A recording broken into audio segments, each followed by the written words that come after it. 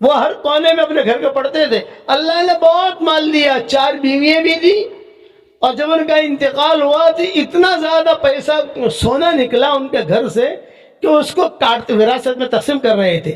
کاٹتے کاٹتے ان کی کدالیاں جو تھی ہتھوڑے وہ بھی ٹوٹ گئے, لیکن سونا ختم نہیں ہوا تھا.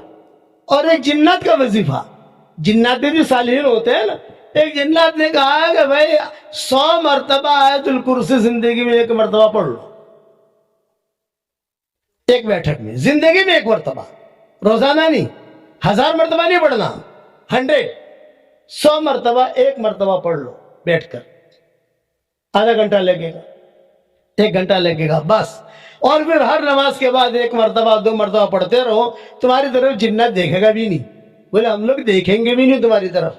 یہ بولے اتنا پاورفل ہے.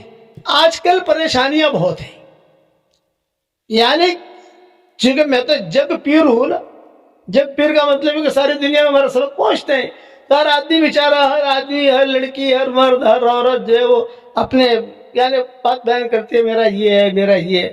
آسان طریقہ بتاتا ہوں. گھر کے 4 کونے ہوتے ہیں عام طور سے. یہ جس کمرے میں بیٹھا ہوں 4 کونے ہیں, 1 2 3 4.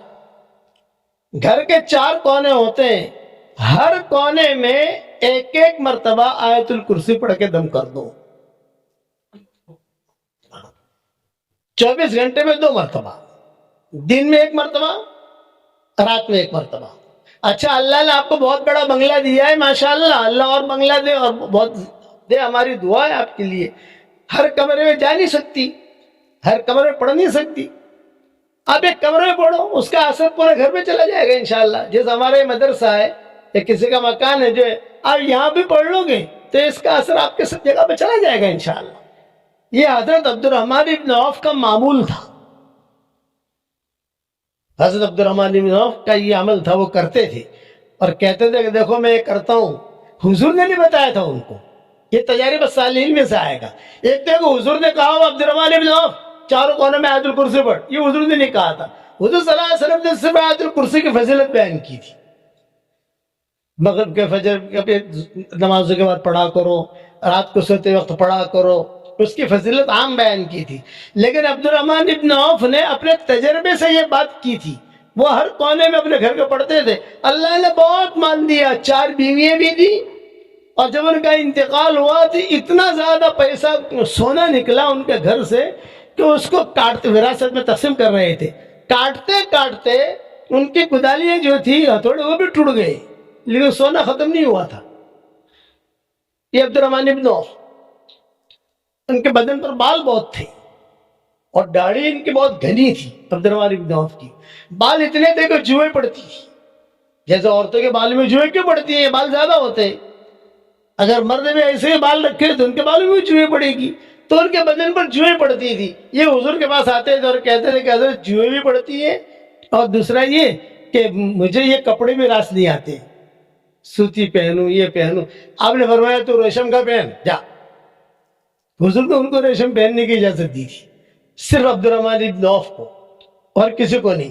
ان کا دیکھے دیکھے خالد بن ولید نے بھی کرتا سلا لیا کہ دونوں کے مزاج میں میل نہیں تھا. عبد الرحمن ابن عوف اور خالد بن ولید کے مزاج میں میل نہیں تھا, کچھ نہ کچھ کھٹپٹ ہوتی رہتی تھی. حضور کے پاس قصے آتے تھے تو حضور سمجھاتے تھے یہ کرو یہ کرو یہ کرو. تو اب تو خالد بن ولید نے پہن لیا. حضرت عمر نے کہا بھائی خالد یہ کیا؟ تو خالد بن ولید نے کہا وہ چچا کو تو کہتے نہیں, آپ جو کو پہن کر آئے ہیں ریشم کا کپڑا, اور میں پہنتا ہوں تو اشکال کرتے ہو آپ. یہ حضرت عمر سے کہا. حضرت عمر نے کہا چچا کو تو حضور نے اجازت دی تھی, تجھے اجازت دے دی ہے, اسے نکال. چنانچہ نکال دیا انہوں نے جا کر. لیکن ریشم تھا مہنگا, تو انہوں نے اپنے چھوٹے بچوں کے کپڑے بنا لیے. ضائع نہیں جاوے نا, عورتوں کی عادت ہوتی ہے ضائع نہیں جاوے, ٹکڑا ہے یہ ہے, یہاں لگا لو, یہاں لگا لو, یہاں لگا لو. بچے کو بنا لیا. بچے لے کر آئے خالد بن ولید. جب بچے لے کر آئے تو حضرت عمر نے کہا بھی یہ کیا؟ ایک عادت وہ میرا کپڑا تب ضائع ہوتا. بولے ان کو بھی اجازت نہیں ہے, مردوں کو اجازت ہے ہی نہیں, نکال ان کے کپڑے. صرف عبد الرحمن ابن عوف, حضور نے خاص اجازت دی تھی ان کو, صرف ایک ہی صحابی اور کوئی نہیں. یہ عبد الرحمن ابن عوف کیا مال بھی اللہ نے بہت دیا اور ان کا معمول تھا. میں نے بکھرے موتی میری کتاب ہے، یہ آپ کے ہاسڑ میں بھی ہوگی، کئی خواتین کے پاس بھی ہوگی، 12-13 جلدیں آ گئی ہیں اس کے الحمدللہ.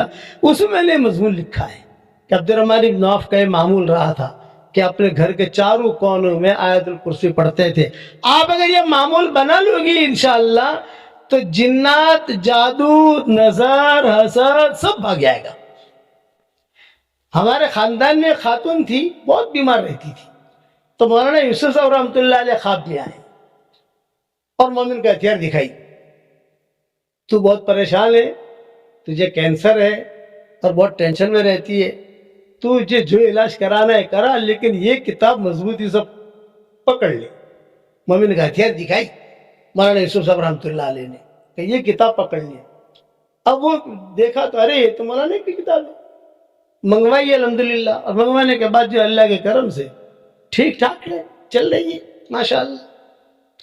اس لیے مومن کا ہتھیار بھی پڑھو، اور یہ آیت الکرسی والا عمل بھی میری طرف سے میں ہدیہ دیتا ہوں آپ کو، اسے کرو آپ اپنے گھر کے چاروں کونوں کے اندر چپکے سے پڑھ لینے کا. اور پھر تیسری بات یہ کہ آپس میں محبتیں ہوں، اس کے لیے گھر کے کوئی بھی عورت، کوئی بھی بچہ، کوئی بھی بڑا یا چھوٹا، ایک مرتبہ صرف فاتحہ پڑھ کر پانی پہ دم کر دے. وہی پانی چائے میں استعمال ہوگا، وہی پانی کھانے میں استعمال ہوگا، وہی آپس میں محبتیں رہے گی انشاءاللہ. اور دین پر چلنے کی کوشش کرو.